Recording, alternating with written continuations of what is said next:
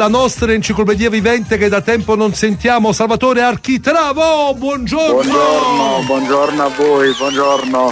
Come stai, Salvatore? Tutto a posto, tutto a posto. Oh, il nonno come sta? Un abbraccio a Mario Trevi, eh? Grazie, tutto bene, tutto bene. Allora, perché Maria Paris dice da Procida a Regina, se abbiamo capito bene?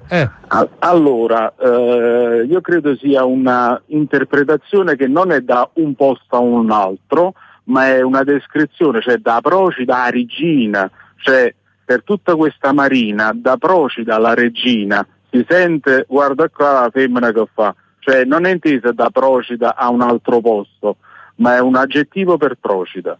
Anche se ovviamente Carosone non è quella là. No, bisognerebbe capire all'epoca perché, però. Qualcun altro mi scrive perché la Reggia di Portici, che è al confine tra l'allora Resina e Portici, era la dimora che usava per l'estate la regina Maria Amalia di Sassonia, moglie di Carlo Borbone. Ma però è una reinterpretazione fatta molto dopo l'epoca borbonica, eccetera. No, forse per rendere omaggio, però certamente hai ragione, tu hai capito subito, no? Il mistero è Carosone ha dato l'ok, perché tu una canzone la puoi ricantare, ma se cambi o modifichi il testo, giusto Salvatore, devi comunque chiedere all'autore.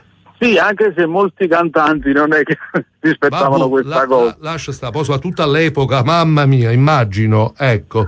Addirittura con indifferentemente di nonno Sergio Bruni cambiò il finale, quindi non è che... vabbè, perché Sergio Bruni va a dire, sì, sono chi Sergio Bruni, poi posso fare quello che voglio. Va bene, erano storie d'altri tempi. Va bene, Salvatore, continua a indagare, grazie sempre, grazie. Grazie a voi, Grazie.